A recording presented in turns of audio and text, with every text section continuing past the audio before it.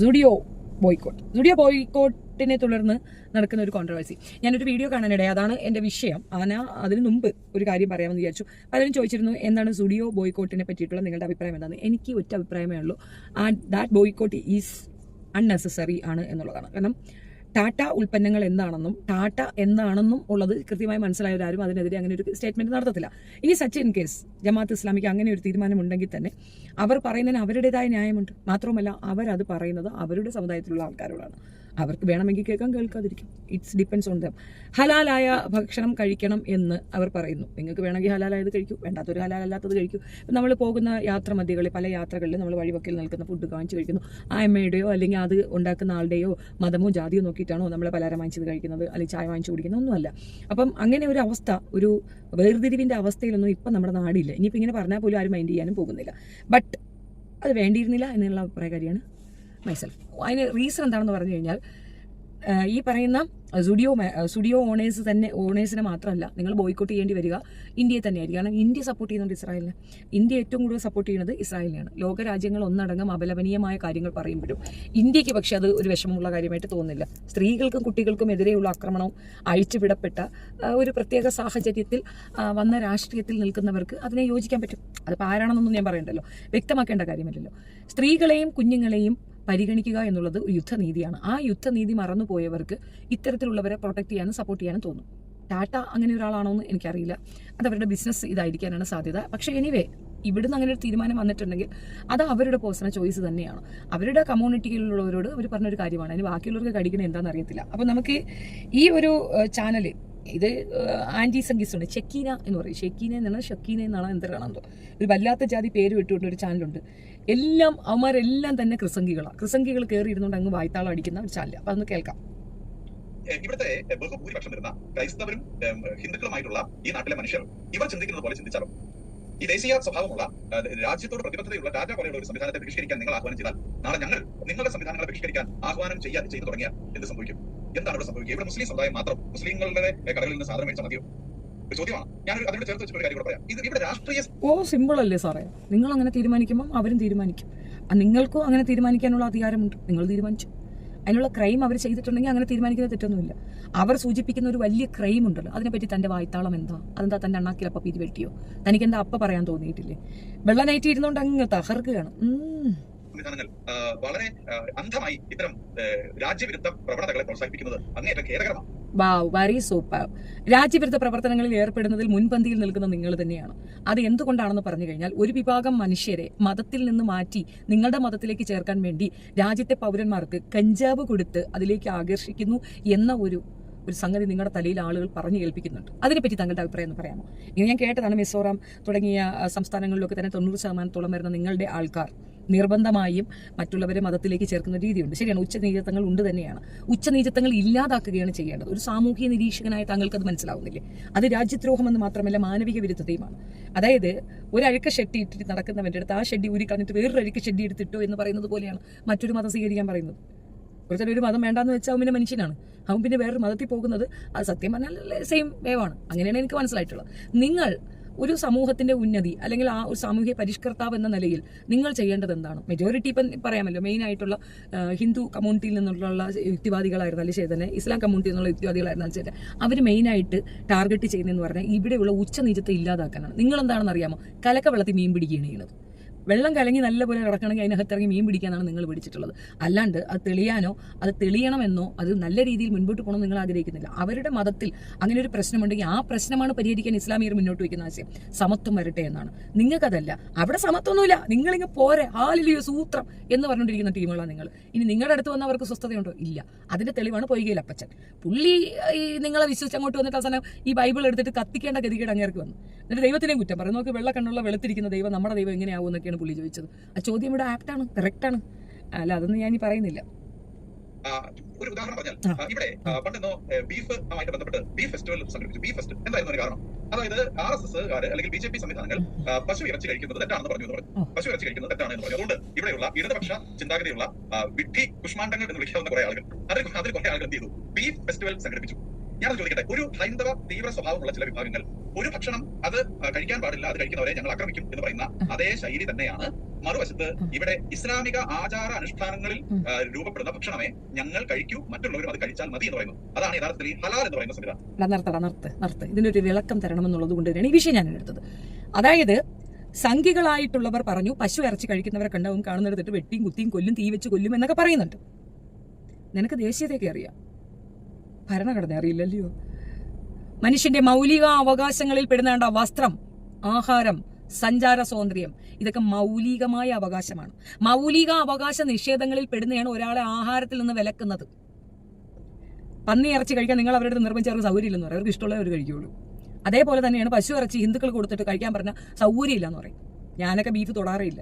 Reason വേറെ ഒന്നും കൊണ്ടല്ല, വളർത്തുന്ന മൃഗങ്ങളെ കണ്ടിച്ച് തിന്നാൻ ഒരാൾക്കും തോന്നുന്നില്ല. ഒരു രീതിയിലുള്ള ഇറച്ചികളും തിന്നാൻ തോന്നാറില്ല. അതിന്റെ റീസൺ നമ്മൾ വളർത്തുന്നവരായതുകൊണ്ടാണ്. അതുകൊണ്ട് കഴിക്കാറില്ല. അതിന്റെ അർത്ഥം എല്ലാവരും കഴിക്കരുത് എന്നല്ല. നിങ്ങൾക്ക് മനസ്സിൽ അങ്ങനെ ഒരു പ്രശ്നമില്ല, ടേസ്റ്റ് ഉണ്ടെങ്കിൽ നിങ്ങൾ വരുത്തുന്നോളൂ, ഒരു കുഴപ്പമില്ല. പക്ഷെ അത് കഴിക്കരുത് എന്ന് അങ്ങനെ പാസിസ മെന്റാലിറ്റിയോട് പറയാൻ പറ്റുന്ന രാജ്യം ഇന്ത്യ അല്ല. മനസ്സിലായടാ? കാത്തൊലിക്കി. ആ രാജ്യം ഇന്ത്യ അല്ല. ഇന്ത്യയിൽ മൗലികാവകാശ നിഷേധം നടത്തിയാൽ അതിനെതിരെ ചോദ്യം ചെയ്യും. പിന്നെന്താ ഹലാലോ? ഏറ്റവും കൂടുതൽ ഹലാൽ ബോർഡ് വെക്കുന്നത് നിങ്ങളുടെ കമ്മ്യൂണിറ്റിയിലുള്ള ആൾക്കാരാണ്. പറയേണ്ടി വരുന്നില്ല, അതാണ് കറക്റ്റ്. എല്ലാ വൈദിക മതങ്ങളിലും ഈ പറയുന്ന ബലിയും അതിനോടനുബന്ധിച്ചിട്ടുള്ള കസർത്തുകളും എല്ലാവർക്കും ഉണ്ട്. ഇനിയിപ്പം ഇവരുടെ തന്നെ മറ്റൊരു വേർഷനാണ്. ഇവിടെ നമ്മൾ അത്യാവശ്യം അറഫ നോമ്പ് എടുക്കുമ്പോൾ അവിടെയും നോയമ്പുണ്ട്. ഇതേപോലെ തന്നെ ഇപ്പം നമുക്കല്ലാതെ വരുന്നുണ്ടല്ലോ നോയമ്പ് പെരുന്നാൾ, ആ സമയത്ത് ഇവർ നോയമ്പ് എടുക്കുന്നുണ്ട്. അപ്പോൾ ഏകദേശം സിമിലാരിറ്റി ഒരുപാടുള്ളത് തന്നെയാണ്. അപ്പോൾ ഈ ഹലാൽ എന്നൊരു സംഗതി ഹൈലൈറ്റ് ചെയ്തുകൊണ്ട് ഇവർ ഭയങ്കര ഡീസന്റ് ജെനുവിൻ എന്ന് പറയുന്നവരടുത്ത് ഒന്നും പറയാനില്ല. ബലിക്കലും ബലിയും ഒക്കെ ഇഷ്ടം മാതിരിയുള്ള ഒരു സംഗതി തന്നെയാണ്. ഇവർ ചെയ്യുന്നില്ല എന്ന് മാത്രം പറയരുത്, ഇവർക്കുണ്ട് ബലി. ഇനി ബലിയുടെ വിഷയം പോട്ടെ, ഹലാലായത് ഭക്ഷിക്കുക എന്നുള്ളത് ഒരു ഇസ്ലാമിന്റെ തീർത്തും അവർ അത്രയും ഡെപ്തിൽ വിശ്വാസിയായ ഒരാൾ ചെയ്യുന്ന കാര്യമാണ്. അതിൽ മാംസമൊന്നും മാത്രമല്ല. ഹലാൽ എന്ന് പറയുന്നത് മറ്റുള്ളവരിൽ നിന്ന് പിടിച്ചു പറിച്ചും കണ്ടും മോട്ടിച്ചും തിന്നുന്നതൊന്നും തന്നെ ഹലാലല്ല. അങ്ങനെ ഹലാലിന് ഡിഫിനിഷൻ ഒരുപാടുണ്ട്. അതൊരു ചെറിയ സബ്ജക്റ്റിൽ, അതുകൊണ്ട് ഇവിടെ ഞാനത് ചുരുക്കി അങ്ങ് പറഞ്ഞതേ ഉള്ളൂ. ഞാനിപ്പോൾ പറയാൻ വന്നത് ഈ ഹലാലിന്റെ കേസ് പറയുമ്പോഴത്തേക്ക് നമ്മുടെ പള്ളിപ്പറമ്പ് രാമേട്ടൻ വാത്മീകി രാമായണം 2:56-57 തോന്നുന്നു. അതെ, വാത്മീകി രാമായണത്തിലെ 2:56-27 പറയുന്ന ഒരു കാര്യമാണ്. ചോര ഊറ്റിക്കളഞ്ഞ മേഥ്യ, ഹലാലിന് മറ്റൊരു പേരാണ് മേഥ്യ എന്ന്. മേഥ്യ മാംസം മാത്രമാണ് യജിക്കാനും തിന്നാനും ഉപയോഗിച്ചിരുന്നത്. യാഗങ്ങളിലൊക്കെ ഉപയോഗിക്കുന്ന മത്സ്യം പൂർണ്ണമായും ചോര വാർന്നു പോകണം. അങ്ങനെയുള്ള മേഥ്യ എന്ന് പറയുന്നത്, അതായത് ഹലാലിൻ്റെ ഇവരുടെ വേർഷൻ പേരാണ് മേഥ്യ എന്ന്. ഈ സംഗതി വെച്ചിട്ട് തന്നെയാണ് അവരും ഹലാൽ എന്ന സംഗതി അവരും ഫോളോ ചെയ്യുന്നതെന്ന് പറയാനാണ് ഇത് പറഞ്ഞിട്ടത്. പിന്നെ ബാക്കി ഈ ഇറച്ചിയുടെ വിഷയത്തിലെ ഈ മേഥ്യേ ഉള്ളൂ കേട്ടോ. ബാക്കിയുള്ളതിലൊന്നും അവരങ്ങനെയൊന്നും സൂചിപ്പിക്കുന്നില്ല. ഏകദേശം എല്ലാം ഒക്കെ സിമിലർ ആയിട്ട് വരുന്നൊരു സംഭവമാണ്. കൂടുതൽ ഡെപ്തിൽ പഠിക്കുമ്പോൾ നമുക്ക് ഇതിൻ്റെയൊക്കെ ഗൗരവത്തോടു കൂടി നമുക്ക് ഇതിൻ്റെയൊക്കെ ഒരു കാര്യം മനസ്സിലാകും എന്നുള്ളതാണ്. നമുക്ക് ബാക്കി കേൾക്കാം. ഈ കേരളത്തിൽ നമ്മളിങ്ങനെ ഒരു കോർണറിൽ നിന്ന് എങ്ങോട്ട് തിരികെ കഴിഞ്ഞാലും അവിടെയുള്ള ഭൂരിപക്ഷം വരുന്ന ഹോട്ടലുകൾ എടുത്താൽ അത് മുഴുവൻ മുസ്ലിം കമ്മ്യൂണിറ്റിയുടേതാണ്. ഈ മുസ്ലിം കമ്മ്യൂണിറ്റിയുടെ ബഹുഭൂരിപക്ഷം വരുന്ന ഹോട്ടലുകളിലും ഹലാൽ എന്ന് പറയുന്ന ബോർഡും വെച്ചിട്ടുണ്ട്. ഇവിടുത്തെ ക്രൈസ്തവരും ഹൈന്ദവരും ഒരു തീരുമാനം എടുക്കുകയാണ്, അല്ലെങ്കിൽ മതേതര സ്വഭാവമുള്ള ഒരു തീരുമാനം എടുക്കുകയാണ്. ഞങ്ങൾ ഇനി ഹലാൽ ബോർഡ് വെച്ചിട്ടുള്ള ഈ കടകളിൽ നിന്ന് ഭക്ഷണം കഴിക്കില്ല. കാരണം അത് ഒരു മതത്തിന്റെ ആചാര അനുഷ്ഠാനങ്ങളുമായി ബന്ധപ്പെട്ട് അവരുടെ പ്രത്യേക പ്രാർത്ഥനകൾ ചൊല്ലി ബിസ്മില്ല ചൊല്ലി അവരുടെ ദൈവത്തിന് സമർപ്പിച്ചത് കഴിക്കാൻ പ്രേരിപ്പിക്കുന്നതാണ്. അത് ഈ രാജ്യത്തിന്റെ മതേതര മൂല്യങ്ങളെ തകർക്കുന്നതാണ്. അതുകൊണ്ട് പരോക്ഷമായിട്ട് പോലും ഒരു മതവിഭാഗത്തിന്റെ ആചാര അനുഷ്ഠാനങ്ങൾ പങ്കാളികളാക്കാൻ ഞങ്ങൾ താല്പര്യപ്പെടുന്നില്ല എന്നൊരു തീരുമാനമെടുത്താൽ ഈ അഹങ്കാരം അവസാനിക്കും. ഐസയ്യോക്കാരോടാണ് എനിക്ക് ചോദിക്കാനുള്ളത്. നിങ്ങളുടെ ഈ അഹങ്കാരം ഇവിടുത്തെ ക്രൈസ്തവ ഹൈന്ദവ അവരുടെ അഹങ്കാരം അവസാനിക്കത്തില്ല. അവർക്കിടയിലുള്ള യൂണിറ്റ് കണ്ടിട്ടാണ് ഈ കുത്തിത്തിരിപ്പും കുഴിനാട്ടുമെങ്കിൽ ഒരിക്കലും അവരുടെ അഹങ്കാരം നീ അവസാനിപ്പിക്കാനായിട്ട് നീ ഇറങ്ങി നിൽക്കേണ്ട കാര്യമൊന്നുമില്ല. ഹലാൽ എന്ന് പറയുന്ന സംഗതി ബോർഡ് വെക്കുന്നത് ഏറ്റവും കൂടുതൽ ക്രൈസ്തവ കമ്മ്യൂണിറ്റിയാണ്. എന്തുകൊണ്ടാണെന്ന് അറിയാമോ? അവരുടെ അവിടെ കച്ചവടം നടക്കണമെന്നുണ്ടെങ്കിൽ ഇപ്പം മെജോറിറ്റി ഇപ്പം കുറച്ച് പോർഷൻ ഉള്ള അടുത്തും കൂടുതൽ പോർഷൻ ഉള്ള ഇടങ്ങളും ഉണ്ടാകുമല്ലോ, ഓരോ സമൂഹത്തിലും ഉണ്ടാകും. മുസ്ലിങ്ങൾ തിങ്ങി പാർക്കുന്നിടത്ത് ക്രൈസ്തവരുണ്ടെങ്കിൽ അവർക്ക് അവിടെ ഒരു ബിസിനസ് സ്ഥാപനം ഇടണമെന്നുണ്ടെങ്കിൽ ആ കച്ചവടം പൊടിക്കണം, അല്ലെങ്കിൽ അത് ഗ്രോത്ത് ഉണ്ടാവണമെന്നുണ്ടെങ്കിൽ അവിടുത്തെ ഒരു സിറ്റുവേഷൻ ഡിമാൻഡ് ചെയ്യുന്ന രീതിയിലുള്ള ആക്ട് അവർ ചെയ്യുക തന്നെ ചെയ്യും. അപ്പോൾ അവരെ അങ്ങോട്ട് പൂട്ടാൻ വേണ്ടിയിട്ട് നീ അങ്ങോട്ട് കൊടുക്കൂല എന്ന് പറഞ്ഞാൽ നിന്റെ കച്ചവടം പൂട്ടി പോകുന്നല്ലാതെ അവർക്കൊരു പിണ്ണാക്കുമില്ല. രണ്ടാമത്തെ കാര്യം, മെയിനായിട്ട് ഈ റെസ്റ്റോറൻറ്റ് സംസ്കാരം വളർത്തിക്കൊണ്ടുവരുന്ന ഒരു സാഹചര്യമുള്ളത് ക്രൈസ്തവ കമ്മ്യൂണിറ്റിക്കാണ്. മറ്റുള്ളവരൊന്നും പുറത്തുനിന്ന് ഭക്ഷണം കഴിക്കുന്നതിന് അത്രയും വലിയ എൻ്റർടൈൻ ചെയ്യുന്നില്ല, പ്രത്യേകിച്ച് ഇസ്ലാം കമ്മ്യൂണിറ്റി എൻ്റർടൈൻ ചെയ്യത്തില്ല. അതിൻ്റെ റീസൺ ഈ ഹലാൽ എന്നുള്ള വസ്തുത തന്നെയാണ്.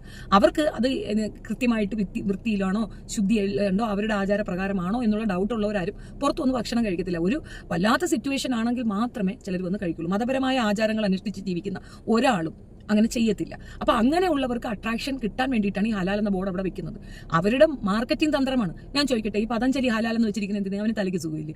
അവന്റെ സാധനങ്ങൾ അവിടെ വിറ്റ് പോകണമെന്നുണ്ട്. അവന്റെ ഉള്ളിലെ സംഗീതമൊന്നും അവിടെ എടുക്കൂല. അവിടെ ഹലാൽ എന്ന് സുന കുത്തി കൊടുക്കണം. ഇവിടുന്നാണ് ആ സർട്ടിഫിക്കറ്റും കിട്ടുന്നത്. അതെന്ത് കിട്ടുന്നത്? അതിനവിടെ അങ്ങനെ സർട്ടിഫിക്കറ്റ് വെച്ച് എടുത്ത് കളയാൻ പറ. അതൊരു മാർക്കറ്റിംഗ് തന്ത്രമാണ്. നിങ്ങൾ ഇട്ടാവട്ട കണ്ടിലെ തവളകളായിട്ട് കളിക്കരുത്. ഈ സാധനം ഇപ്പൊ നമ്മൾക്ക് ഏറ്റവും കൂടുതൽ വിദേശ നാണ്യം കൊണ്ടുതരുന്നത് നമ്മളുടെ നാട്ടിലുള്ള പ്രോഡക്ട്സ് അബ്രോഡിലേക്ക് പോകുമ്പോഴാണ്. നമ്മളൊരു കൺസ്യൂമർ സ്റ്റേറ്റായി മാറിക്കൊണ്ടിരിക്കുകയാണ്. അതിന്റെ ഒരേ ഒരു കാരണം ഈ കമ്മ്യൂണിറ്റിയാണ്, ക്രൈസ്തവ കമ്മ്യൂണിറ്റിയാണ്. അവര് വിദേശത്തേക്ക് ആളുകളെ വിടുന്ന അവിടെ നിന്ന് കുറെ പൈസ കൊണ്ടുവന്നിട്ട് ഇവിടെ ഇരുന്നുകൊണ്ട് അങ്ങ്, അതായത് നമ്മൾ ദൈവത്തിന്റെ സ്വന്തം നാടായി ഇവിടെ കൃഷിയും കാര്യങ്ങളുമായിട്ട് എത്രയോ കാലങ്ങളായി ഇവിടെ എത്രയോ മനുഷ്യർ എത്രയോ കുട്ടികളെ വളർത്തുകയും ജീവിക്കുകയൊക്കെ ചെയ്തെടുത്ത് 2 കുഞ്ഞുങ്ങളെ കൊണ്ട് ജീവിക്കുക പറ്റാത്തൊരു സാഹചര്യത്തിലേക്ക് ഇതിനെ ഒരു വല്ലാത്തൊരു സംസ്കാരത്തിലേക്ക് വളർത്തിക്കൊണ്ടുവന്നതിന് മെയിൻ കൊണാൻഡറേഴ്സ് ആരെന്ന് വെച്ച് കഴിഞ്ഞാൽ ക്രൈസ്തവ കമ്മ്യൂണിറ്റിയിലുള്ളവർ തന്നെയാണ്. ഇപ്പോഴും അങ്ങനെ തന്നെയാണ്. ഇപ്പൊ ഞാൻ താമസിക്കുന്ന കോട്ടയത്താണ്. ഇത് ഒരു റിട്ടയർഡ് ഏരിയ ആയിട്ട് വന്നിരിക്കുന്നു. അതേസമയം എവിടെ നോക്കിയാലും വൃക്ഷങ്ങളും അത്രയും നല്ല ഫലഭൂഷ്ടമായ മണ്ണും ഒക്കെയാണ്. പക്ഷെ കൃഷി ഇവിടെ ഇല്ല. എല്ലാം അങ്ങോട്ട് നിരത്തി പിടിച്ചിട്ട് അവിടെ ഇങ്ങോട്ട് ഇരുന്ന് വീടുകളും വെച്ചിട്ട് കയറി അങ്ങോട്ട് കുത്തിയിരിക്കുന്ന മദാമ്മമാരെ കാണാനുള്ളൂ. അതായത് നിങ്ങളൊക്കെ ഇരിക്കേണ്ടത് തിരുവനന്തപുരത്ത് ആ പട്ടിക്കാട്ടിലോ മറ്റൊക്കെയാണ് പോയിരിക്കേണ്ടത്, വല്ല കടപ്പുറത്തൊക്കെ പോയിരിക്കണം. അവിടെയൊക്കെ ഇങ്ങനെ ഇരുന്നാൽ മതി, ഇരുന്ന് തിന്നാനായിട്ട് അവിടെയിട്ട് പോകുന്നതാണ്. ഇത്രയും ഫലഭൂഷ്ടമായ മണ്ണൊക്കെ അത്യാവശ്യം കൃഷി എടുക്കുന്ന മനുഷ്യർക്ക് വിട്ടുകൊടുക്കണമെന്നാണ് എനിക്ക് പറയാനുള്ളത്. ഏറ്റവും നല്ല മണ്ണെല്ലാം അടക്കി പിടിച്ച് ചവിട്ടി പിടിച്ച് കയ്യിൽ വെച്ചിട്ടാണ് ഈ വായ്ത്താളം മുഴുക്ക അടിക്കുന്നത്. സത്യം പറഞ്ഞു കഴിഞ്ഞാൽ പണ്ട് ബ്രിട്ടീഷുകാർ വന്നപ്പോൾ അവർ ചേക്കേറിയ അത്യാവശ്യം ക്ലൈമറ്റ് കണ്ടീഷൻ ഏറ്റവും നല്ല സ്ഥലങ്ങളായ ഇങ്ങനെയുള്ള പ്രദേശങ്ങളിലേക്കാണ് അവർ ഏറ്റവും കൂടുതൽ കയറി ഒരു കുരിശും കൊണ്ട് വെച്ച് അങ്ങ് കയറി കയ്യേറിയിട്ടുള്ളത്. ആ സ്ഥലങ്ങൾ ഇന്ന് നിങ്ങൾ കൈയടക്കി വെച്ചിരിക്കുന്നത്. എന്നാൽ മര്യാദയ്ക്ക് അത് ഉപയോഗിക്കുമോ? അതുമില്ല. റബ്ബർ മരങ്ങൾ കൂടുമ്പോൾ രോഗം നശിക്കുമെന്ന് പറഞ്ഞ് ഞാൻ കേട്ടിട്ടുണ്ട്. ഇവിടെ ഈ മണ്ണിൽ നിന്ന് ഉൽപ്പാദിപ്പിക്കപ്പെടേണ്ട ഏറ്റവും നല്ല കൃഷിപരമായിട്ട് ചിന്തിക്കുന്ന ഏറ്റവും നല്ല സംഗതികൾ, ആഹാര സംഗതികൾ ഉണ്ടാക്കി വിദേശത്തേക്ക് കടത്തുകയാണെന്നുണ്ടെങ്കിൽ എത്രത്തോളം നമ്മളെ സാമ്പത്തികമായി മുന്നോട്ട് കൊണ്ടുപോകുമെന്നറിയാം. അതൊന്നുമല്ല താല്പര്യം. അവിടെ കുറെ റബ്ബർ കൊണ്ടുവയ്ക്കുക, അത് വെട്ടി തിന്നും മദാമ്മമാരെ കൊണ്ട് അവിടെ ഇരിക്കുമെന്ന് അപ്പുറം ഏറ്റവും കൂടുതൽ സാമ്പത്തികമായി ഇതുപോലെ ആകുന്ന ആൾക്കാർ ചെയ്യുന്ന പ്രവൃത്തി ഇതാണ്. നിങ്ങൾ ദേശീയതയെക്കുറിച്ചും വംശീയതയെക്കുറിച്ചും അലക്കല്ലേ കേൾക്കുമ്പം അവരുടെ സ്വത്വബോധത്തെ കുറിച്ച് കൂടുതൽ ഗൗരവത്തിൽ ചിന്തിച്ചുകൊണ്ട് അവരുടെ സാമൂഹിക രാഷ്ട്രീയ മേഖലകളിൽ പ്രവർത്തിക്കാൻ തുടങ്ങിയാൽ നിങ്ങളുടെ അഹങ്കാരം അവസാനിക്കുമോ? എടാ സ്വത്വബോധക്കാരാ, നിങ്ങൾക്കില്ലേ സ്വത്വബോധം? എന്താ അവർക്ക് മാത്രമേ ഉള്ളൂ സ്വത്വബോധം? നിങ്ങൾക്കുണ്ടല്ലോ, തീർച്ചയായിട്ടും ഉണ്ട്. ഞാൻ ചോദിക്കട്ടെ, നിങ്ങൾ പറയുന്നുണ്ട് ഇപ്പൊ മേരി റോയി പോയി ഈ ഒരു സംഗതി എടുത്തുകൊണ്ട് വരുന്നിടം വരെ നമുക്ക് ആർക്കും അറിയത്തില്ലല്ലോ അതിനകത്ത് ഇങ്ങനെ ഒരു സംഗതി ഉണ്ടെന്ന്. സ്വന്തം പെമ്മക്കളെ കെട്ടിച്ചു കൊടുക്കാൻ പാങ്ങില്ലാതെയാണ് പല രീതിയിലുള്ള ബുദ്ധിമുട്ടുകൾ അവർക്ക് താങ്ങി കൊടുക്കുന്നത്. നിങ്ങൾ 5000 രൂപ തുല്യമായ തുകയോ കൊടുത്താൽ മതി എന്നതിനെതിരെ മേരി റോയി പോയിട്ടാണ് ഈ നിയമം കൊണ്ടുവന്നത്. സ്ത്രീകളെ ഏറ്റവും കൂടുതൽ ഉപദ്രവിക്കുന്ന മതം ഏതെന്ന് ചോദിച്ചാൽ അത് നിങ്ങളുടേതാണ്. ഇന്നും കന്യാസ്ത്രീകൾ അതിനകത്തുനിന്ന് പുറത്തേക്ക് വന്നിട്ട് അവർ പറയുന്ന ചില കാര്യങ്ങൾ എടുത്തു വെച്ച് നോക്കിക്കഴിഞ്ഞാൽ ഇത്രയും ക്രൂവൽറ്റി ഉള്ള ഒരു മതം വേറെ ഉണ്ടോന്ന് ചോദിച്ചാൽ ഇല്ല. അത്രയും ക്രൂരമായ ചിന്താധാരയുള്ളവരാണ് നിങ്ങൾ. അതേപോട്ടെ നമ്മുടെ ഈ പറയുന്ന സമൂഹം തന്നെ എത്രയോ ഫോർവേഡായി പോകേണ്ടിയിരുന്ന ശാസ്ത്രജ്ഞന്മാരെ കൊന്നുകളഞ്ഞ തിരുത്തൽവാദികളാണ്. ഇന്ന് ഏറ്റവും കൂടുതൽ നിങ്ങൾ പൈസ സമ്പാദിക്കുന്നതും അത് ഈ ഒരു മേഖലയിൽ നിന്ന് തന്നെയാണ്. അന്ന് ഇതിനെ ഏറ്റവും കൂടുതൽ എതിർത്താണ്. നിങ്ങളുടെ ബൈബിളും ഇതും കൂടെ വെച്ച് ടാലിയപ്പ് ചെയ്താൽ ഒരു കാരണവശാലും അക്സെപ്റ്റ് ചെയ്യാൻ പറ്റാത്ത കാര്യങ്ങളാണ് ഇന്നത്തെ സമൂഹത്തിൽ നടക്കുന്നത്. അതുപോലെയല്ല മറ്റത്. അത് മാത്രവുമല്ലാത്തൊരു കാര്യമുണ്ട്. ഇന്ന് ഇസ്ലാം കമ്മ്യൂണിറ്റിയിൽ നിന്ന് കൂടുതൽ ആളുകൾ വിദ്യാഭ്യാസത്തിലേക്ക് ഊന്നൽ കൊടുക്കുകയും അവർ കച്ചവടത്തിൽ നിന്ന് മാറി കുറച്ചുകൂടെ നന്നായി ചിന്തിക്കാനും പഠിക്കാനും ഒക്കെ പെൺകുട്ടികളെയും കൂടെ അതിലേക്ക് ഇൻവോൾവ് ചെയ്യുന്ന ഒരു സാഹചര്യം വന്നപ്പോൾ നിങ്ങൾ കയ്യിൽ നിന്ന് വിട്ടുപോകുന്നതായി. മുൻപ് ഈ ബോധമില്ലാത്ത ഇസ്ലാമിയരായിരുന്നു ഇവിടെ ഉണ്ടായിരുന്നത്. കാരണം എനിക്കും പലപ്പോഴും കൗതുകം തോന്നുന്നുണ്ട്. ഉമ്മൻചാണ്ടി, ഏറ്റവും കൂടുതൽ തോമസ് ഐസക്ക്, അവർ എത്രയാണ് ഇവർ ശതമാനത്തിൽ ഇവിടെ പേഴ്സൻറ്റേജ് ഇനത്തിൽ എത്ര ശതമാനത്തിൽ നിൽക്കുന്ന മനുഷ്യരാണ് ഇവിടെ കയറി ഈ ഭരണ നേതൃത്വത്തിൽ ഇരിക്കുന്നതെന്ന് ആലോചിച്ച് നോക്കൂ. എന്നാൽ ഇപ്പുറത്തുള്ളവർക്ക് അതൊന്നും താല്പര്യം, അവർക്ക് കച്ചവടമാണ് താല്പര്യം. അവർ കച്ചവടത്തിൽ കൂടെ പണം ഉണ്ടാക്കുന്നു എന്നതിനപ്പുറം അവർക്ക് ഈ ഭരണ പങ്കാളിത്തം വേണമെന്ന ബോധമില്ല. ഇന്ന് അത് മാറി, അവരും അതിലേക്ക് എത്തിപ്പെടുന്നുണ്ട്. ഇപ്പോൾ ഏത് സർക്കാർ ഓഫീസുകളിലൊക്കെ പോയി കഴിഞ്ഞാലും ഇപ്പൊ ഐസക്ക്, സിറിയക്ക്, മുറിയക്കൊക്കെ മാറിയിട്ട് മുഹമ്മദ്, പിന്നെ സിനാം, കുനാന്ന് പറഞ്ഞ് വേറെ ആൾക്കാർ വരുന്നുണ്ട്. അപ്പം വ്യത്യാസങ്ങൾ ഇവിടെ കണ്ടു തുടങ്ങി. അവർക്ക് ബോധം വെക്കുമ്പോൾ അവരെ അടിച്ചു താത്താൽ മാത്രമേ നമുക്ക് മുന്നേറാൻ പറ്റൂ. മതപരിവർത്തനം ഉണ്ടെന്ന് പാലാ ബിഷപ്പ് പറഞ്ഞപ്പോൾ ഇവിടെ മതത്തിൽ നിന്ന് പുറത്താക്കലാണ് നടക്കുന്നതെന്ന് ഞങ്ങളെപ്പോലുള്ളവർക്കൊന്ന് പറയേണ്ടി വന്നു. ഏറ്റവും കൂടുതൽ മതത്തിൽ നിന്ന് പുറത്താക്കൽ നടക്കുന്ന ഒരു സംഗതി എന്ന് പറഞ്ഞാൽ അത് ഇസ്ലാം കമ്മ്യൂണിറ്റിയാണ്. മതത്തിന്റെ ആചാരങ്ങൾ അനുസരിച്ച് ജീവിക്കാത്ത മതത്തിൽ നിന്ന് പിടിച്ച് പുറത്താക്കിയാണ് സാധാരണ പതിവ്. ഏറ്റവും കൂടുതൽ എക്സ് മുസ്ലിമുകൾ വന്ന് വായ്ത്താളം അടിക്കണം കേട്ടോണം. അത് കേട്ടുകൊണ്ട് മൗനമായി ഇരിക്കുന്ന കമ്മ്യൂണിറ്റിയും ഇസ്ലാം കമ്മ്യൂണിറ്റിയാണ്. ഇതൊന്നും പറഞ്ഞ് ഫലിപ്പിക്കേണ്ട കാര്യമൊന്നുമില്ല. കൃത്യമായ ആളുകൾക്കെല്ലാം ബോധ്യമുള്ളതാണ്. നീ ആദ്യം കുണ്ടിക്കുർബാനയും അണ്ടിക്കുർബാനയും കുണ്ടിക്കുർബാനയ്ക്കും വഴി കണ്ടെത്താൻ നോക്കി. മുന്നോട്ട് നിന്നുണ്ടാക്കണോ പിന്നോട്ട് നിന്നുണ്ടാക്കണോ എന്നുള്ള രഹള നീ ആദ്യം നിന്റെയൊക്കെ വീട്ടിലെ പ്രോബ്ലം തീർക്കാൻ നോക്കി. നീ ബാക്കിയുള്ള തലയിലോട്ട് വെച്ചരിഞ്ഞ് കയറാതെ. ഓ പിന്നെ ഈ നാട്ടിൽ ഇവിടെയുള്ള എല്ലാ മതവിഭാഗങ്ങളും സമാധാനത്തോടെയും സന്തുഷ്ടിയോടെയും കഴിഞ്ഞു പോകണമെന്ന് അത് നമ്മൾ കൊല്ലത്തിലൊരിക്കൽ കാണാറുണ്ട്. അത് നമ്മൾ നിർത്ത് അത് ഈ കൊല്ലത്തിലൊരിക്കൽ നമ്മൾ കാണാറുണ്ട്. കുണ്ടിക്ക് വെക്കണോ വണ്ടിക്ക് വെക്കണോ എന്ന് ചോദിച്ചിട്ടുണ്ടെങ്കിൽ അവിടെ കിടന്ന് അടി കൂടുന്നത്. എന്തിന് യാതിനും അങ്ങോട്ടും ഇങ്ങോട്ടും അടി കൂടുന്നത്? അത്തരത്തിൽ അടി കൂടുതലൊന്നും അപ്പുറത്ത് കാണുന്നില്ലല്ലേ? അവഗണിച്ച് തള്ളിക്കളയുന്നത്. പക്ഷെ ഞങ്ങൾക്ക് വിവരമില്ലാത്തതുകൊണ്ടല്ല. ഈ നാടിന് വിദ്യാഭ്യാസം നൽകി ഈ നാടിന് ഒരു സംസ്കാരവും രൂപീകരിച്ച ക്രൈസ്തവ സമൂഹത്തിന് പ്രത്യേകിച്ച് നിങ്ങൾ നടക്കുന്ന ഇരട്ടത്താപ്പ് പ്രവണതകളിൽ എന്തോ എങ്ങനെ എപ്പ സംസ്കാരം കൊടുത്തത് നിങ്ങളാ? അതെന്താ ഇവിടെ ഉള്ളൊരു സംസ്കാരം ഇല്ലാത്തവരാണ്. തങ്കികള് കേക്കണ്ട, അമ്മമാരുടെ തുടുക്കും. ഒന്നുമില്ലേലും ഹൈന്ദവ സംസ്കാരത്തെ നീ അങ്ങനെ അവഹേളിക്കലടാ. പൂർവ്വപിതാക്കന്മാരെ അളന്ന് നോക്ക്, അവരൊക്കെ ഹൈന്ദവരാ, മറന്നുകൊണ്ട. നീ സംസ്കാരത്തിനൊന്നും അളക്കണം. ഇവിടെ സംസ്കാരത്തിനൊന്നും ഒരു കുഴപ്പമില്ല. ചില ജാതീയ വേർതിരിവുകളുണ്ട്, അത് മാറ്റി നിർത്തി കഴിഞ്ഞാൽ ഏറ്റവും നല്ല സംസ്കാരമുള്ളത് നമ്മുടെ നാട്ടിൽ തന്നെയാണ്. എന്താണ് സംസ്കാരത്തിന് ഒരു കുറവ്? മാതാപിതാക്കളിൽ നിന്ന് അകറ്റിക്കൊണ്ടുപോയി ഗുരുകുല വിദ്യാഭ്യാസം തുടങ്ങി ഇങ്ങേയറ്റം ഏറ്റവും മഹത്തരമായ കാര്യങ്ങളൊക്കെ ചെയ്തത് ആ കമ്മ്യൂണിറ്റിയാണ്. ഒറ്റ പ്രശ്നം ഉണ്ടായിരുന്നുള്ളൂ, ജാതീയ വേർതിരിവ്. അതൊഴിച്ചാല് സൂപ്പറാണ് അവര്. നീയാണോ കൊണ്ടുവന്ന് കൊടുത്തത്? ആദ്യത്തെ സർവകലാശാല ആരുടെ പറ? അതൊരു ക്രിസ്ത്യാനിക്ക് സ്വന്തമല്ല, അത് ഇസ്ലാമിനും ഹൈന്ദവർക്കും സ്വന്തമാണ്. അവരാണ് അത് കൊണ്ടുവന്നിട്ടുള്ളത്. അത് ഈ ജാതീയ വേർതിരിവ് കൊണ്ട് ചിലരിലേക്ക് അത് ചുരുക്കപ്പെട്ടു. ഇസ്ലാമിൽ അങ്ങനെയല്ല. ഒരു പെണ്ണാ കൊണ്ടുവന്ന ഫാത്തിമ സർവകലാശാല, മൊറോക്കോ ആണോന്ന് അറിയില്ല, ആദ്യത്തെ സർവകലാശാല പെണ്ണാ കൊണ്ടുവന്ന ഫാത്തിമ. അത് മാത്രവുമല്ല, സച്ചാർ കമ്മീഷൻ വന്നപ്പോൾ ഇവിടെ ഗവൺമെന്റ് തലങ്ങളിൽ കൊടുത്ത റിപ്പോർട്ടുകളിൽ കൃത്യമായി പറഞ്ഞൊരു കാര്യമുണ്ട്. ഏറ്റവും നല്ല പോലെ വിദ്യാഭ്യാസം കൊടുക്കുന്നത് ഇസ്ലാം കമ്മ്യൂണിറ്റിയാണ്.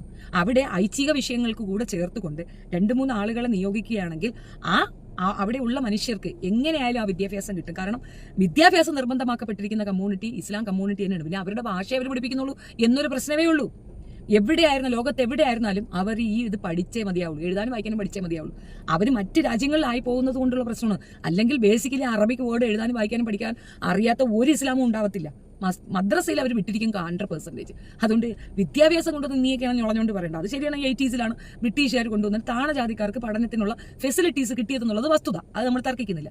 പക്ഷേ അത് നീ കൊണ്ടുവന്നതാണ്, ഇവിടെ വേറെ വിദ്യാഭ്യാസം ഒന്നും ഇല്ല എന്ന് പറയുന്നത് നിന്റെയൊക്കെ വേണ്ട. അല്ലെങ്കിൽ മനസ്സിലാക്കുന്നില്ല എന്ന് ദയവ് ചെയ്തിട്ട് ഈ ജമാഅത്ത് ഇസ്ലാമിയുടെ ആളുകൾ വിചാരിക്കരുത്. ഞങ്ങളും വിചാരിച്ചു കഴിഞ്ഞാൽ ചിലതൊക്കെ നടക്കും. പക്ഷെ ഞങ്ങൾ ചെയ്യാത്തത് ഞങ്ങൾക്ക് ഒരു ദേശീയ ബോധമുള്ളതുകൊണ്ടാണ്. ഈ രാഷ്ട്രത്തിന്റെ ഭരണഘടന വിഭാവനം ചെയ്യുന്ന മതേതര മൂല്യങ്ങളോട് ഞങ്ങൾ വലിയ ബഹുമാനം ആദരവ് പുലർത്തുന്നതുകൊണ്ടാണ്. മതേതര മൂല്യങ്ങളോട് ബഹുമാനമുള്ള നീ ഒരു കാര്യം ചെയ്യണം. നിങ്ങളുടെ ജാതിയിലേക്ക് കയറ്റിയ ആൾക്കാരെ എല്ലാം തിരിച്ചിറക്കി വിടും. അവരെ ഹിന്ദുക്കളായിട്ട് ജീവിക്കട്ടെ. ഹിന്ദു മതത്തിന് ഉള്ള ആ ഒരു വാല്യൂ അത് മനസ്സിലാക്കി അവരിലേക്ക് തിരിച്ചു പോകട്ടെ. ഇവിടെ പാണനും പറയുന്നതും ബലീനൊക്കെ വേണോടാ. ആദിവാസി സമൂഹവും വേണം. എന്തിനാണെന്നറിയാമോ? അവരാണ് ഇന്ത്യ രാജ്യത്തിന്റെ യഥാർത്ഥ അവകാശികൾ. അവർ വേണ്ടേ? അവരെ നീയൊക്കെ ക്രിസ്ത്യാനിറ്റി ആക്കി എടുക്കുന്നത് എന്തിനാണ്? അതിന്റെ ഒന്നിനു മുമ്പേ ബൈബിളും പൊക്കി പിടിച്ചുകൊണ്ട് വന്നാൽ ഇവിടെ റോഡ് നീളെ നിന്നെയൊക്കെ ഇട്ട് അടിക്കുന്ന കാണാല്ലേ. ഒരു മൈക്കും തൂക്കി പിടി, ഇപ്പൊ എങ്ങും കാണാനില്ല. അപ്പൊ മൈക്കും തൂക്കി പിടിച്ച് ബൈബിളും കൊണ്ടുവന്ന് അട്ടിയപ്പ കിട്ടും നിനക്കൊക്കെ. അതെന്ത് പരിപാടിയാണ്ട? ഒരു സമൂഹത്തിൽ ഉച്ചനീചത്വങ്ങൾ, നീതി ഇല്ലായ്മ, അനീതികൾ കാണുന്നുണ്ടെങ്കിൽ ആ അനീതി ഇല്ലാതാക്കാനാണ് നമ്മൾ ശ്രമിക്കേണ്ടത്. ഇപ്പൊ നമ്മുടെ അയലത്തെ വീട്ടിൽ അടിയും വഴക്കുമാണ്. ആ അമ്മ അടിക്കണം, അച്ഛൻ അടിക്കണം, ആകെ പ്രശ്നം തന്നെ. അല്ലെങ്കിൽ പോട്ടെ, ഭാര്യയും ഭർത്താവും തമ്മിൽ ഗുസ്തി പിടിയാണ്. ഇടിയും ഗുസ്തിയാണെങ്കിൽ അവനെ കൗൺസിലിങ്ങിന് കൊണ്ടുപോയി അത് നിന്റെ ഭാര്യയാണെന്നും മേൽക്കൊണ്ട് അവനെ ഇങ്ങനെ ഉപദ്രവിക്കരുതെന്ന് പറഞ്ഞു കൊടുക്കുന്നതാണ് ഇസ്ലാം മതം. നീ എന്ത് ചെയ്യുമെന്നറിയാമോ? ഇനി വാടി മോളെ, നമ്മളെ വീട്ടിൽ നിന്നു, നീ ഇന്ന് മുതൽ എന്റെ ഭാര്യ എന്ന് പറയുന്നതാണ് നിങ്ങളുടെ പരിപാടി. അപ്പൊ വ്യത്യാസമില്ലേ? ഇത് കൂടുതൽ വ്യക്തമായി എനിക്ക് പറഞ്ഞുതരാൻ അറിയത്തില്ല, അതാണ് വാസ്തവം. തിളയ്ക്കണ എന്തിനീ? അല്ലെ എന്തിനീ തിളയ്ക്കണ വെള്ളം നീറ്റി?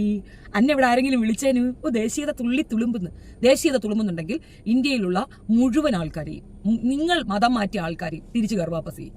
എങ്കിൽ നിനക്ക് ദേശീയത ഉണ്ടെന്ന് ഞാൻ സമ്മതിച്ചു. നീ എന്തെങ്കിലും വായ്ത്താളം അടിച്ചോണ്ട് വരല്ലേ? അതൊന്നും ഇവിടെ എടുക്കുന്ന കേസല്ല. ജമാഅത്ത് ഇസ്ലാമി അവരവരുടെ സമൂഹത്തിനോട് അവർക്ക് പറയാനുള്ള കാര്യം പറഞ്ഞു. അനുസരിക്കട്ടെ, വേണ്ടെങ്കിൽ വേണ്ട. ജമാഅത്ത് ഇസ്ലാമി ഇതിനെ പിടിച്ച് കടിച്ചൊന്നുമില്ലല്ലോ. അവർക്ക് ആ വിഷമമുണ്ട്. കാരണം അവരുടെ വംശത്തിലുള്ളവരെ ഹത്യ ചെയ്യുന്ന ഒരു വൈകൃതത്തിനെ സപ്പോർട്ട് ചെയ്യുന്നവൻ ആരായിരുന്നാലും അവരെ ബോയ്ക്കോട്ട് ചെയ്യുമെന്ന് അവരുടെ സമൂഹത്തിനോട് ആഹ്വാനം ചെയ്തത് നിനക്ക് എവിടെ ചൊറിയുന്നു? അവർ മൊത്തം ഇന്ത്യക്കാരോടല്ലല്ലോ പറഞ്ഞത്. അവരേതെങ്കിലും ഭരണ നേതൃത്വത്തിൽ ഇരുന്നുകൊണ്ടാണ് പറഞ്ഞതല്ല. അവരുടെ കമ്മ്യൂണിറ്റിയിലുള്ള ആൾക്കാരോട് അവരങ്ങനെ ഒരു ആഹ്വാനം കൊടുത്തു. എന്നോട് പറഞ്ഞാൽ ഞാൻ കേൾക്കൂല. കാരണം ഞാൻ പറഞ്ഞല്ലോ, ഇപ്പോൾ റീസണബിളി ആയിട്ട് ഏറ്റവും കൂടുതൽ നല്ല സാധനം കിട്ടുന്നത് സ്റ്റുഡിയോതാണ്. അത് മാത്രമല്ല, ടാറ്റയുടെ പ്രോഡക്റ്റ് പോലെ മറ്റൊരു വാഹനം നിരത്തിലില്ല. അമ്മാതിരി സ്ട്രോങ് ആണ് അവരുടേത്. നാനോ കൊണ്ടുവന്ന് BMW കുത്തിയാൽ നാനോയ്ക്കൊന്നും പറ്റൂല എന്നാണ് ഞാൻ കേട്ടിട്ടുള്ളത്. അമ്മാതിരി സ്ട്രോങ് ബോഡിയാണ് അവർ ക്രിയേറ്റ് ചെയ്യുന്നത്. അത് മാത്രമല്ല, ഒരുപാട് നല്ല കാര്യങ്ങൾ ടാറ്റ ചെയ്തിട്ടുണ്ട്. അപ്പം അതൊന്നും കാണാതെ പെട്ടെന്ന് ഒരു ദിവസം ടെസ്റ്റ് ചെയ്യാനൊന്നും എന്നോട് പറഞ്ഞാൽ ഞാൻ ചെയ്യത്തില്ല. അപ്പം എനിക്കതിനകത്ത് തീർത്തും വിയോജിപ്പാണുള്ളത്. അത് ചെയ്യരുത് എന്ന് ഞാൻ ആരോടും പറയത്തില്ല. കാരണം അത് ഓരോരുത്തരുടെ സ്വന്തം. എൻ്റെ മകൻ പറയുന്നുണ്ട്, ഞാനിനി അവരൊന്നും വാങ്ങിക്കത്തില്ലെന്ന്. അത് ഒരിക്കലും അക്സെപ്റ്റ് ചെയ്യാൻ പറ്റാത്ത കാര്യമാണ്. പക്ഷെ അപ്പോഴും എനിക്ക് പറയാനുള്ള ഒരു കാര്യം എന്തെന്ന് പറഞ്ഞു കഴിഞ്ഞാൽ, ഇന്ത്യ അനുകൂലിക്കുന്നുണ്ട് ഇസ്രായേലിനെ.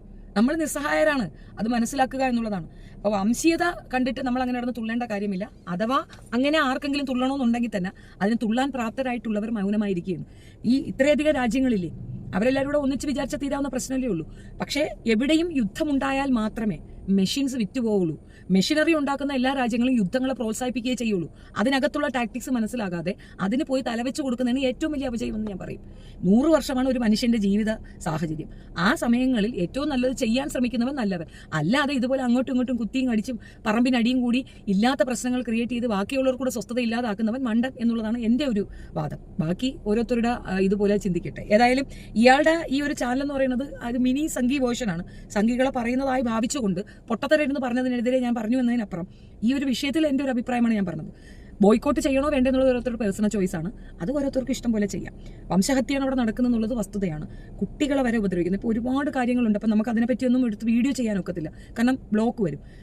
നമ്മൾ പറയാൻ ആഗ്രഹിക്കുന്ന ഒരുപാട് കാര്യങ്ങൾ കേൾക്കാൻ ആഗ്രഹിക്കുന്ന ഒരുപാട് പേര് ഇരിക്കുമ്പോൾ നമ്മൾ ഈ ഒരു കാര്യത്തിനെ ബേസ് ചെയ്ത് നമ്മൾ വീഡിയോ ചെയ്ത് കഴിഞ്ഞാൽ അത് ബ്ലോക്കായി പോകാൻ ഞാൻ ആഗ്രഹിക്കാത്തതുകൊണ്ടാണ് ആ വിഷയത്തിലൊന്നും ഞാൻ ടച്ച് ചെയ്യാത്തത്.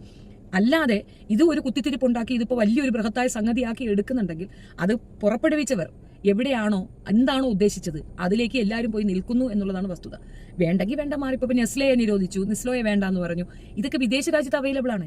ഈ പറയുന്ന സംഗതികളൊക്കെ ഇസ്ലാമിക രാജ്യത്തുണ്ട് എന്നുള്ളതും കൂടെ ജമാഅത്ത് ഇസ്ലാമി ആൾക്കാർ ഓർക്കണം. അവരവിടെ ബോയ്ക്കോട്ട് ചെയ്യുന്നില്ല, പിന്നെ നിങ്ങൾ ഇവിടെ കിടന്ന് ബോയ്ക്കോട്ട് ചെയ്യേണ്ട കാര്യം എന്താണ്? ഒരു ഉദാഹരണം കൂടെ പറഞ്ഞങ്ങ് നിർത്താം. അപ്പോൾ ഏകദേശം തിരിച്ചറിവുള്ളവർക്ക് തിരിച്ചറിവുണ്ടാവും. നമ്മളൊരു സാഹചര്യത്തിൽ നമുക്ക് താമസിക്കാൻ ഒരു സ്ഥലം കണ്ടെത്തുകയാണ്. കാട്ടിനകത്തേക്ക് തന്നെ വെക്കുക, കാടിനുള്ളിലേക്ക് പോവുകയാണ്. ക്ഷുദ്രജീവികളുണ്ടാകും, മൃഗങ്ങളുണ്ടാകും, വേട്ടയാടുന്ന മൃഗങ്ങളുണ്ടാകും, ഒക്കെ ഉണ്ടാകും. നമ്മളുടെ കയ്യിൽ ആയുധമുണ്ട്. നമ്മളെ അവർ ആക്രമിക്കുന്ന സമയത്ത് നമുക്ക് അത് വെച്ച് തിരിച്ചാക്രമിക്കാൻ പറ്റും. അത് പക്ഷേ ചുമ്മാ കിടന്ന് ബഹളം വെച്ച് അവരെ ഇങ്ങോട്ട് അട്രാക്ട് ചെയ്ത് അവരെ ആക്രമിച്ച് കൊല്ലുന്നതിനേക്കാൾ നല്ലത് നമ്മളെ ഉപദ്രവിക്കുന്ന ഒരു ടൈമിൽ അവർ വരുമ്പോൾ മാത്രം ആക്രമിച്ചാൽ പോരെ. അതുവരെ സൈലന്റ് ആയിട്ടിരുന്നുകൂടെ? ചില ഇടങ്ങളിൽ നമ്മൾ മൗനമായി ഇരിക്കുക എന്നുള്ളത് ഒരു നീതിയാണ്. ഇപ്പോൾ അവിടെ കിടന്ന് തുള്ളി മറിഞ്ഞാൽ അവിടെയുള്ള വന്യമൃഗങ്ങൾക്ക് മനസ്സിലാവുന്നതിൽ അവിടെ ആളുണ്ടെന്ന് അവർ ഇങ്ങോട്ട് വന്ന് അല്ലാതെ തന്നെ തരും. അപ്പം അങ്ങനെ അട്രാക്ഷൻ കൊടുത്ത് വിളിച്ചു കൊണ്ടുവന്ന് ഇല്ലാത്ത കുത്തും വഴക്കും ഉണ്ടാക്കുന്നതിനേക്കാൾ ഉപരി ചില ഇടങ്ങളിൽ മൗനമായി ഇരിക്കേണ്ടത് ഒരു സാമൂഹ്യ നിരീക്ഷക എന്ന നിലയിൽ എൻ്റെ ഒരു അഭിപ്രായം മാത്രമാണ് എന്നേ ഉള്ളൂ. ബാക്കി ഓരോരുത്തരുടെ പേഴ്സണൽ ചോയ്സാണ്. നിങ്ങൾക്ക് എൻ്റെ വീഡിയോ ഇഷ്ടപ്പെടുകയാണെങ്കിൽ അഭിപ്രായം കമൻറ്റ് രേഖപ്പെടുത്തുക. വീഡിയോ ഷെയർ ചെയ്യണം, ലൈക്ക് ചെയ്യണം, and subscribe my channel. Thank you so much. എതിരഭിപ്രായങ്ങളും വെൽക്കമാണ്. തെറി വിളി മൊഴിച്ച്